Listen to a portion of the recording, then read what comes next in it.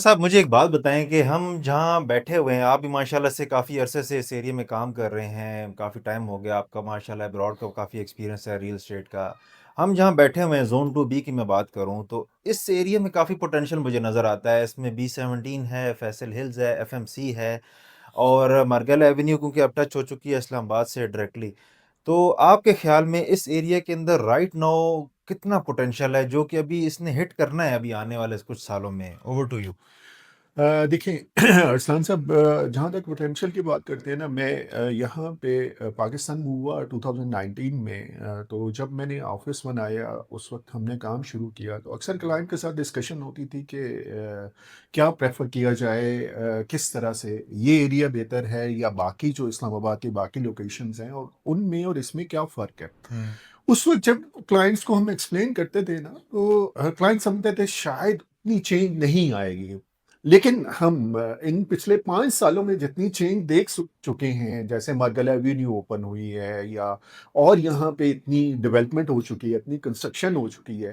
तो अब एक्सपेक्टेड ये है कि शायद अगले 2 साल में और ज़्यादा बेहतर डेवलपमेंट होगी। हम हमें जब हम मार्गला एवेन्यू अभी बन रही थी, अभी इनिशियल डिज़ाइन के ऊपर थी, हम बात करते थे तो हमें इतना क्लियर खुद भी नहीं होता था। लेकिन जब बन गई है और अब हम उसका फ्लो देख रहे हैं, जो इस्लामाबाद से लोग यहाँ बी17 में शिफ्ट हुए हैं, ई11 से, डी12 से, तो अंदाज़ा ये है कि ना सिर्फ अभी बल्कि आने वाले 2 से 3 सालों में और ज़्यादा इस एरिया में डेवलपमेंट होने जा रही है। जी।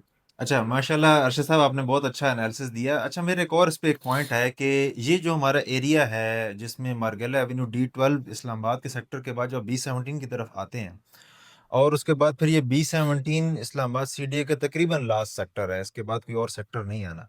और इसके साथ ही फैसल टाउन के 2 बड़े प्रोजेक्ट्स हैं, इसमें एफएमसी है और फैसल हिल्स है। इस एरिया के अंदर काफ़ी रैपिडली डेवलपमेंट हुई है पिछले 4-5 सालों में। फिर रोड का इंफ्रास्ट्रक्चर बहुत आ गया है, मार्गेला एवेन्यू बन गई है और उसका 5 किलोमीटर का पैच जो है वो भी इस साल एक्सपेक्टेड है 2026 में। सी-पैक का रूट पिछले 4-5 सालों में अब डेवलप हुआ है सी-पैक टू हकला वाला। तो वेल कनेक्टेड एरिया है इस्लामाबाद का ये वाला एरिया। अभी भी इसके अंदर जो लोगों के बाकी ज़ोन 4, ज़ोन 3 के हवाले से देखें तो उसमें बहुत पोटेंशियल मुझे नज़र आता है। डेवलपमेंट बहुत रैपिडली हो रही है। फैसल हिल जैसी सोसाइटी जिसका इंफ्रास्ट्रक्चर बहुत अच्छा है, कुछ चीज़ों के अंदर बी17 से भी बहुत अच्छा है। बी17 इटसेल्फ सीडीए के बाकी कोऑपरेटिव हाउसिंग सोसाइटीज़ की निस्बत बहुत अच्छा एक सेक्टर है। इन सारी चीज़ों को कनेक्ट करें अगर आपस में, पीछे से एक मोटरवे का कनेक्शन जो है वो भी एक्सपेक्टेड है आने वाले कुछ सालों के अंदर। ओवरऑल रियल एस्टेट के हवाले से आप क्या देखते हैं कि इन एरियाज़ के अंदर कौन-कौन से फ्यूचर के जो भी डायनामिक्स जिस तरह आप माशाल्लाह रीट्स में काम कर रहे हैं, क्या एक्सपेक्ट करते हैं कि कुछ स्पेशल चीज़ें यहाँ आने के चांसेस हैं? हाँ, देखिए 2 तरह की चीज़ें होंगी, एक माइक्रो लेवल के ऊपर होंगी, एक मैक्रो लेवल के ऊपर होंगी। हुँ, मैक्रो लेवल के ऊपर जो चेंजेस आएँगी वो आएँगी बेसिकली ऐसे बड़े प्रोजेक्ट आएँगे, जो इस पूरे जो रीजन है उसमें चेंजेस लेके आएँगे। जैसे टेक्नोलॉजी ज़ोन आ रहे हैं, यहाँ पे बी17 में 2 बड़े डेवलपर को टेक्नोलॉजी ज़ोन का लाइसेंस मिला है, ठीक। J7 को मिला है, विंसन को मिला है, और बहुत बड़ा टेक्नोलॉजी ज़ोन है। रात को भी एक इवेंट में हम लोग इकट्ठे थे, वहाँ पे रीट और टोकनाइज़ेशन के हवाले से बात हो रही थी। तो टेक्नोलॉजी ज़ोन जब ऑपरेशनल होंगे, अभी तो सिर्फ हमें अनाउंसमेंट हमने सुनी है, सेटअप बन रहे हैं, हुँ, लाइसेंसिंग हुई है। ठीक। लेकिन जब ये ऑपरेशनल होंगे ना, तो उनका इम्पैक्ट इस पूरे एरिया में आएगा, वो एक मैक्रो चेंज होगी।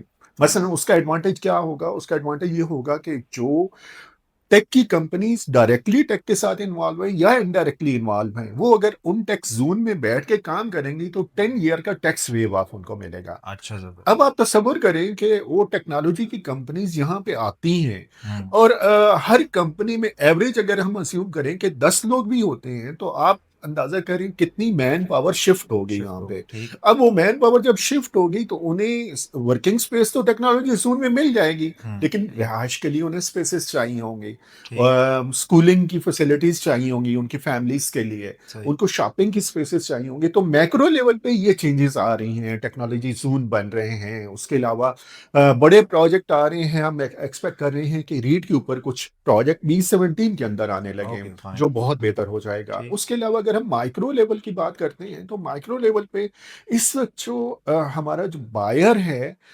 उसका इन्वेस्टमेंट ट्रेंड चेंज होता नजर आ रहा है। ठीक। वो इस वक्त ऐसी इन्वेस्टमेंट्स देख रहा है जो चाहे वो छोटी इन्वेस्टमेंट भी करने जा रहा हो, लेकिन उससे इनकम आ रही हो, उससे सही, उसके बैंक अकाउंट में मंथली कोई पेमेंट क्रेडिट हो रही हो, वो इस तरह की इन्वेस्टमेंट देख रहा है। सही। और वो इन्वेस्टमेंट अभी यहाँ पे आने लगी हैं। यहाँ पे कुछ कमर्शियल के प्रोजेक्ट हैं, कुछ अपार्टमेंट के प्रोजेक्ट ऐसे आ रहे हैं जहाँ पे एक छोटा सा इन्वेस्टर ही बड़ी आसानी से यानी एंटर आप हो कह सकता सकते है। हैं तो कि इस एरिया के डायनामिक्स भी काफ़ी चेंज हो रहे चेंज हैं हो रहे इंटरनेशनल स्टैंडर्ड्स के मतलब जिस तरह हम इस्लामाबाद जी के काफ़ी जी प्राइम एरियाज़ के अंदर ये चीज़ देखते हैं, जी बिल्कुल तो अब वो चीज़ें यहाँ पे भी शिफ्ट होती हुई नज़र आ होती रही हैं। नजर